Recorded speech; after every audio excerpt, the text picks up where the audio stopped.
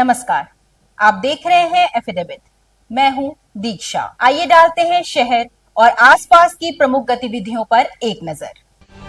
पिछले दिनों थाना खोराबार के मधरवा चौराहे पर हुई चोरी की घटना का एसएसपी ने किया पर्दाफाश। वांछित 3 अभियुक्त हुए गिरफ्तार। पुलिस ने अभियुक्तों के पास से नकदी समेत भारी मात्रा में जेवरात किए बरामद। 2024 के स्वच्छ सर्वेक्षण अभियान में शहरी कार्य मंत्रालय की ओर से गोरखपुर शहर को गार्बेज फ्री सिटी में प्राप्त हुई 3 स्टार रेटिंग। केंद्रीय आवास एवं शहरी कार्य मंत्री ने दिल्ली में किया मेयर को विभूषित। और मॉनसून की दस्तक के बाद महानगर में आज हुई जोरदार बारिश। थोड़ी ही देर में महानगर के कई निचले इलाकों में उत्पन्न हो गई जल जमाव की स्थिति। और अब गतिविधियां विस्तार से। विगत दिनों थाना खोराबार के मधरवा चौराहे पर हुई चोरी की घटना का पर्दाफाश करते हुए पुलिस ने 3 अभियुक्तों को गिरफ्तार कर उनके पास से नगद, सोने की 5 चेन, 1 जोड़ी सोने का झुमका, 4 जोड़ी हाथ का कंगन और 4 सोने की अंगूठी सहित 4 जोड़ी चांदी की पायल बरामद करने का दावा किया है।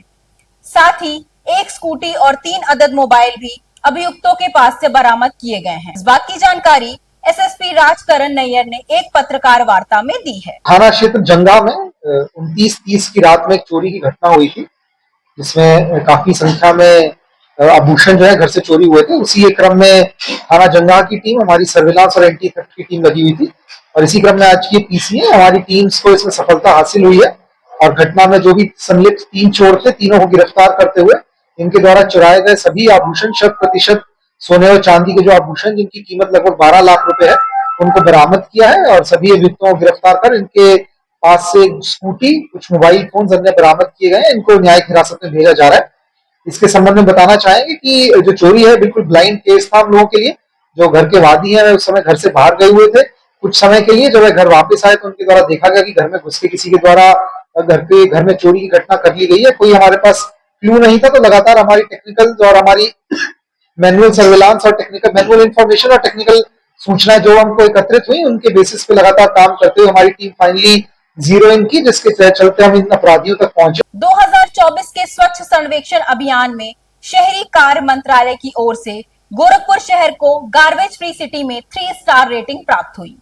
यह रेटिंग केंद्रीय आवास एवं शहरी कार्य मंत्रालय की ओर से आज मेयर डॉक्टर मंगलेश श्रीवास्तव को दिल्ली में केंद्रीय मंत्री मनमोहन लाल खट्टर द्वारा प्रदान किया गया। कार्यक्रम में महामहिम राष्ट्रपति द्रौपदी मुर्मू भी उपस्थित थीं।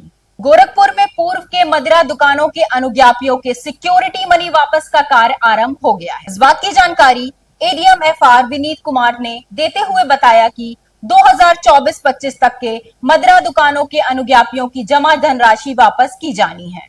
आवेदन करते समय जो पूर्व की शराब की दुकानें हमारी चल रही थी पिछले वित्तीय वर्षों में, उसमें लोगों के जो सिक्योरिटी मनी है उनको इस वर्ष अगर कोई शराब की दुकान नहीं लौटी है तो उनके सिक्योरिटी मनी वापस करने की कार्रवाई की जा रही है। और इसमें मेरा सभी पूर्व के अनुज्ञापियों से अनुरोध रहेगा कि इसमें किसी भी दलाल या किसी भी बिचौलिए के चक्कर में ना पड़े और सीधे आबकारी विभाग में संपर्क करके अपना संपूर्ण धनराशि प्राप्त करें। यदि किसी प्रकार की कोई समस्या हो तो हमसे भी संपर्क कर सकते हैं। मॉनसून की दस्तक के बाद महानगर में आज जोरदार बारिश हुई, जिससे थोड़ी ही देर में महानगर के कई निचले इलाकों में जल जमाव की स्थिति उत्पन्न हो गई। लगभग 12 बजे तक हुई बारिश से स्कूली बच्चों को दिक्कत का सामना करना पड़ा। आपदा विशेषज्ञ गौतम गुप्ता का कहना है कि नदियों का जल स्तर स्थिर है और फिलहाल कहीं भी किसी प्रकार की बाढ़ की स्थिति नहीं है। राप्ती नदी का जल स्तर भी अभी भी खतरे के काफी नीचे है।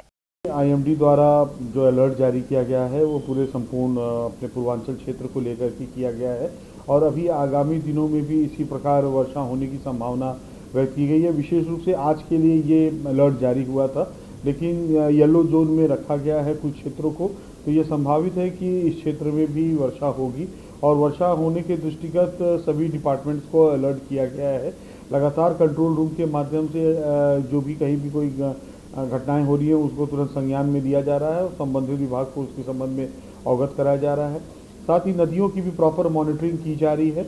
अभी नदियां जो हैं सभी वार्निंग लेवल से नीचे हैं और रोज़ सुबह शाम उसका स्टेटस दिया जा रहा है। और साथ ही अपर कैचमेंट एरिया में भी जो बारिश हो रही है, ये संभावित है कि आने वाले कल में नदी का जलस्तर में थोड़ी वृद्धि होगी, लेकिन उसको लेकर के प्रशासन पूरी तरीके से अलर्ट है। सभी जगहों पे नावों का सत्यापन इत्यादि सारे कार्य पूर्ण कर लिए गए हैं। जहां कहीं भी किसी भी प्रकार की कोई आवश्यकता होगी, संबंधित तहसील के माध्यम से समुचित व्यवस्थाएं सुनिश्चित की जाएंगी। अब तक कहीं कोई जनहानि की सूचना प्राप्त हुई है? नहीं, आज के डेट में, आज की तरफ में कहीं कोई इस तरह की सूचना प्राप्त नहीं हुई है।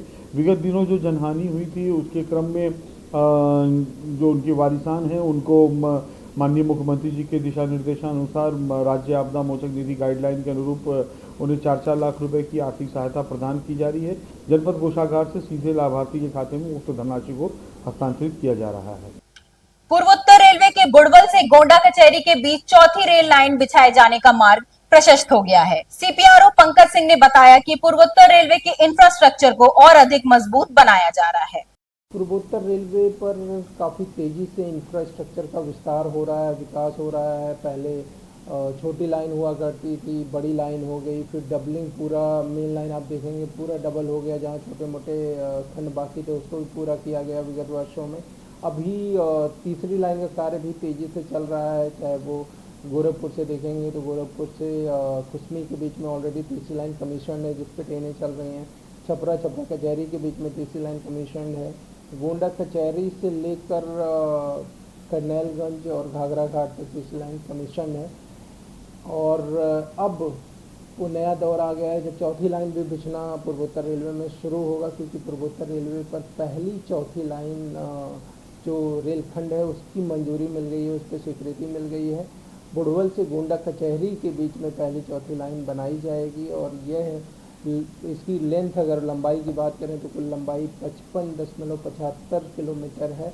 और इसको बनाने में कुल लागत जो आएगी वो 796 करोड़ रुपए की आएगी, जिसको रेल मंत्रालय से मंजूरी मिल गई है। और इस लाइन के बनने से जो क्षमता का विस्तार लगातार हो रहा है, जिस हिसाब से इस क्षेत्र में ट्रेनों की मांग है, वो कहीं ना कहीं फुलफिल करने की तरफ रेलवे का यह एक बड़ा कदम है और पूर्वोत्तर रेलवे तेजी से विकास की तरफ अग्रसर है। और अब मुझे दीजिए इजाजत। देखते रहिए एफिडेविट। धन्यवाद।